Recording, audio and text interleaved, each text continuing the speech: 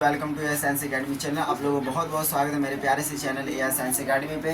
और आज हम लोग पढ़ने वाले क्लास 10th के मैथ चैप्टर है ना, चैप्टर जो 4 है आपका है ना, 4 चैप्टर 4 में 4.2 एक्सरसाइज को हम लोग आज सॉल्व करने वाले। इससे पिछले वीडियो में आपको बता दिया गया है ना, 4.2 जो आपका एक्सरसाइज क्लास 10th का मैथ का चैप्टर 4 का जो एक्सरसाइज 4.2 है, उनमें हम लोग क्वेश्चन नंबर 1 का रोमन संख्या हम लोगों ने 1 और 2 को कवर कर लिए। 1 और 2, एक रोमन संख्या एक एक्सरसाइज जो आपको है क्लास 10th का है ना मैथ जो आपका, उनमें जो है एक्सरसाइज 4.2 उनमें हम लोगों ने पहले नंबर क्वेश्चन का जो 2 है ना, पहले नंबर क्वेश्चन में जो रोमन संख्या 1 और 2 ये दोनों को हम लोग कवर कर लिए। रोमन संख्या 3 को इस वीडियो में हम लोग रोमन संख्या 3 से कवर करेंगे। ठीक है, तो चलिए हम अपने टॉपिक को शुरू करते हैं।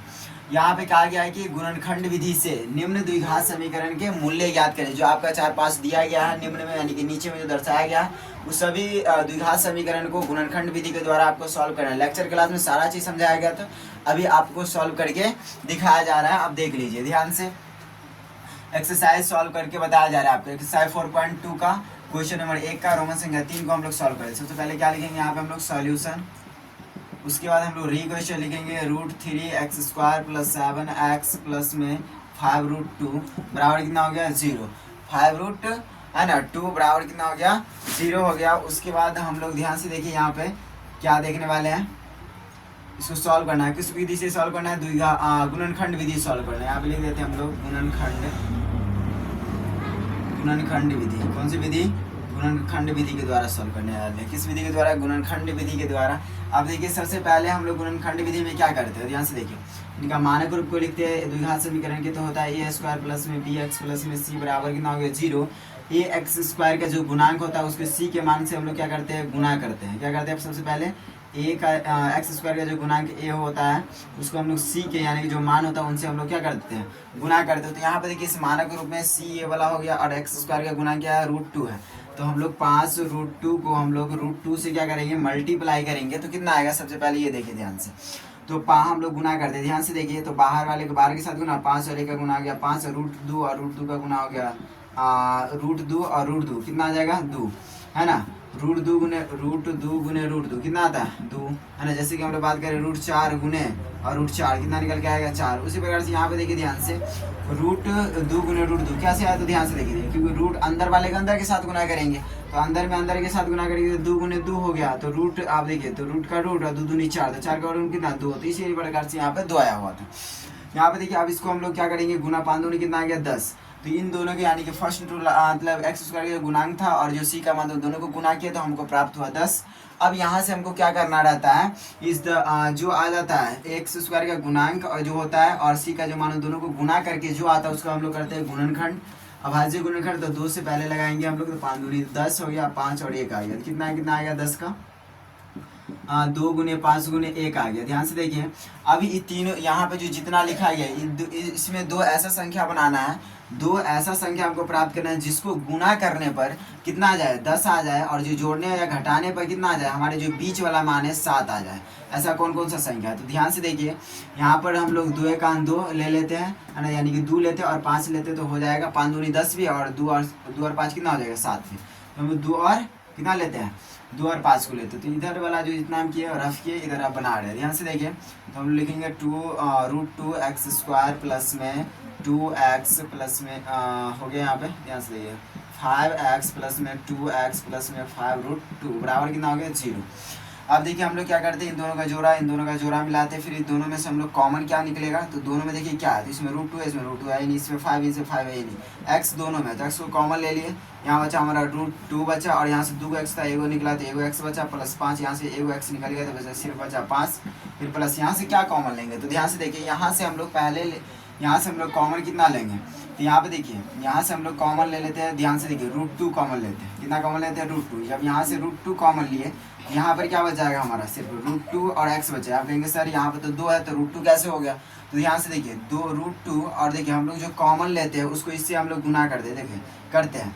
जैसे कि हम लोग यहाँ पे देखिए x को हम लोग x कॉमन लिए, फिर x से इसमें गुना करेंगे तो कितना आ जाएगा रूट 2 गुने एक्स जो करेंगे तो क्या आ जाएगा हमारा, पहले वाला है 2 रूट एक्स स्क्वायर, पहले वाला ही आ जाता है। उसी प्रकार से हम लोग जब रूट 2 कॉमन लिए तो इसको गुना करेंगे तो हमको ये प्राप्त होगा। देखिए कैसे, तो रूट 2 गुने रूट 2 तो कितना आएगा, 2 दूनी कितना हो जाएगा यहाँ पर 4, अंदर के अंदर के साथ गुना, रूट 4 के वर्गमूल हो गया 2, तो देखिए यहाँ पर 2 आ गया। और यहाँ पे देखिए एक्स था तो यहाँ पर भी एक्स है तो एक्स हो गया, तो यानी कि देखिए फिर से 2 एक्स आ रहा है।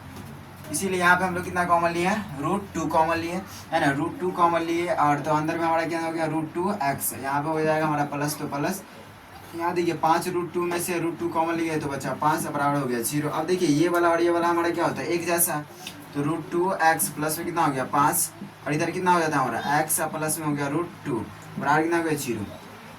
चलिए अभी देखिए, अभी हमको एक्स का मान निकालना ही है, ध्यान से देखिए। तो हम लोग एक्स का मान निकालते हैं। अब देखिए ध्यान से, तो एक बार 0 इसके लिए आएगा, एक बार इसके लिए आएगा, तो एक बार हो गया 2 रूट 2 एक्स प्लस में प्लस 5 बराबर 0, एक बार हो जाएगा एक्स प्लस रूट 2 बराबर 0।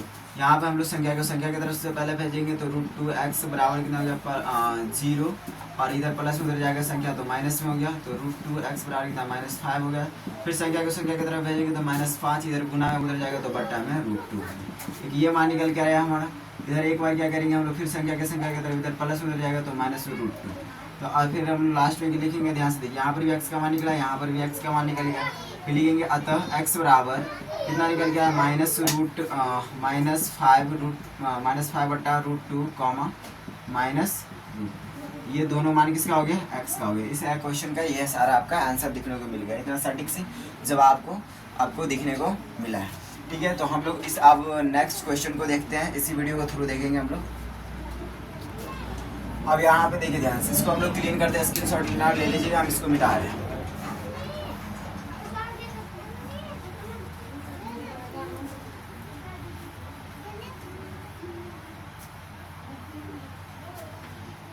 चलिए गाइस, तो हम अब तीसरे नंबर क्वेश्चन रोमन संख्या 3 हो गया, रोमन संख्या हम लोग अब 4 देखते हैं। रोमन संख्या 4 को देखते हैं। रोमन संख्या 4 हो गया 2x² माइनस एक्स प्लस 1/8 बराबर कितना हो गया 0। अब इस क्वेश्चन को हम लोग सॉल्व करते हैं। चलिए ध्यान से, इसको भी गुणनखंड विधि द्वारा ही सॉल्व करना है।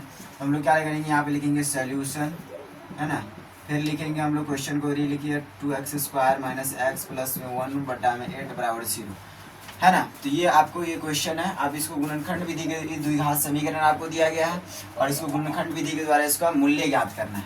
चलिए हम लोग करते हैं। नहीं कुछ तो बटा में 1 हो गया, नहीं कुछ तो बटा में 1। पहले नीचे वाला का आप लॉसो ले लीजिए, इसको मानक रूप में ले आए। मानक रूप में क्या है, x² प्लस में bx प्लस में c बराबर 0। इसमें तो ये कहीं कोई बट्टा नहीं दिया, हम लोग सबसे पहले इसको मानक रूप में लाते हैं।